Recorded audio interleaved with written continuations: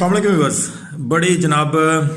अफसोस के साथ और बड़े एहतराम के साथ ये बात कहने के लिए जा रहा हूँ कि कौन सी अदालतें, कौन सा इंसाफ,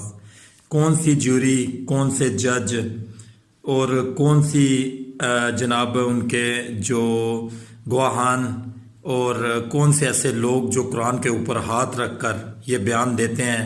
कि वो किसी के ख़िलाफ़ भी झूठी गवाही दे देते हैं। कौन से जज हैं जो झूठे फैसले सुना देते हैं,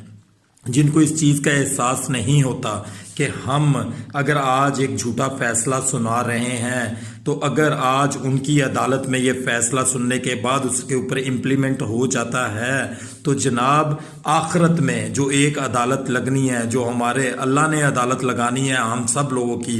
उस अदालत में अल्लाह ताला कुरान में फरमाता है कि काजी की पकड़ सबसे ज़्यादा होगी। मुल्ज़म और मुजरम को तो बाद में देखा जाएगा जनाब।